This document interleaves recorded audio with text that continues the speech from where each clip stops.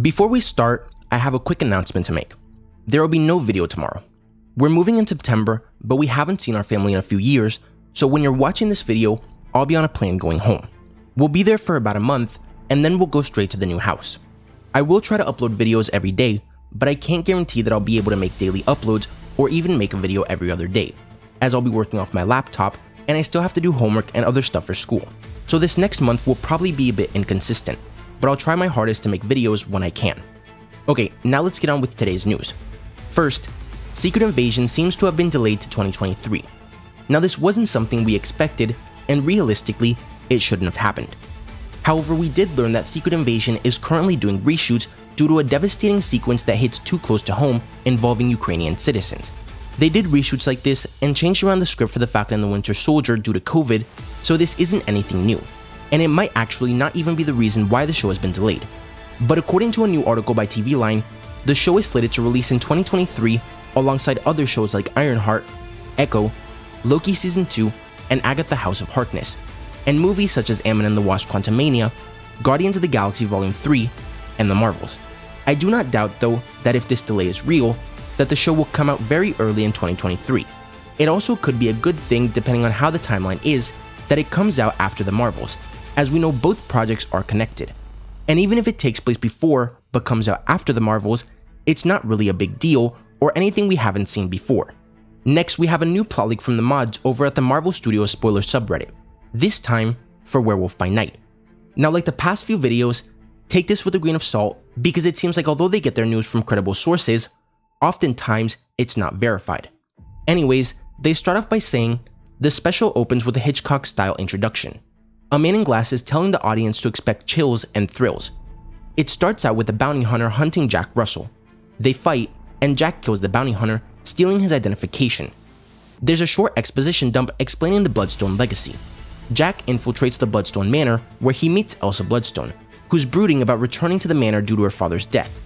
Harriet Sansom Harris's character, who sources say is playing Elsa's stepmother or mother, berates her for not taking her father's legacy seriously.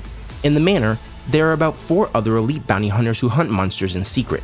Harris's character rolls out one of those talking genie machines you find at a carnival. It plays a recording of the dead Bloodstone's final will. He wants the group to hunt a creature who has been enraged by the Bloodstone. They're told to enter the maze and can use any weapon they want, Battle Royale style. Elsa gets pulled into the maze with everyone else. She then meets with Jack and sees through his disguise. They're both attacked by a big brooding bounty hunter, and Elsa shows off her moves. At some point, Jack meets with Man-Thing, and we see that they have a connection with one another.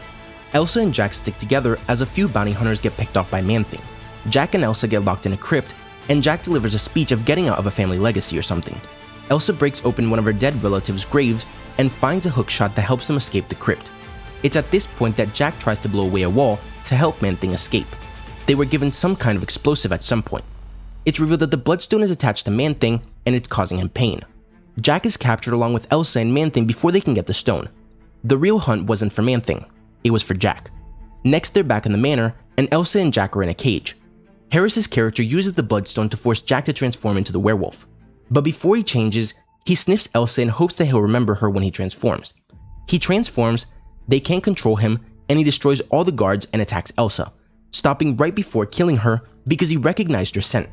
Elsa kills the remaining bodyguards, and as Harris prepares to use the Bloodstone to kill Elsa, Man-Thing appears and yeets her into the genie machine from earlier, and she bursts into flames in a pretty hilariously gruesome death.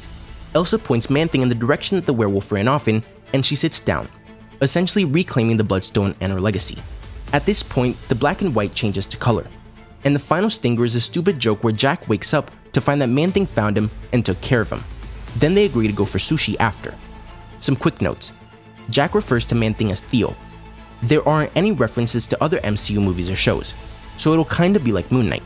And Harris's character was said to be the standout, and her performance was super campy in the best way. Werewolf by Night was practical and reminded me of the monkey suit from Planet of the Apes. Now again, take all of this with a grain of salt, as we don't know the source or if it's been verified. But the post makes it seem like the leaker watched some kind of test screening for the special. And lastly, it's been revealed that Deadpool is mentioned at Avengers Campus in Disneyland Paris on the Avengers Assemble Force Flight queue. For some context, on the attraction, Iron Man's AI Friday alerts him to a Kree missile heading towards Earth. Iron Man goes through his contacts to reach out for help, and while doing so, a do not contact list appears on screen at one point. That's where Wade Wilson is listed. And this makes sense and is a cool little Easter egg connecting Deadpool to the MCU since he'll make his MCU debut in Deadpool 3. What's interesting about this though is the fact that Deadpool is on Iron Man's do not contact list, implying that the character already exists in the MCU and might not be brought over from Fox's universe in a Deadpool kills the Fox universe style movie like we thought. But let me know what you guys think about all this. Why do you think Secret Invasion was delayed to 2023? What do you think of the Werewolf by Night plot leak? And what do you think of Deadpool being in the Avengers campus ride means for the character's debut in the MCU? If you enjoyed the video, don't forget to like, comment, subscribe, and turn on post notifications so you will never miss another video. Thanks for watching, and remember to wash your hands and stay safe.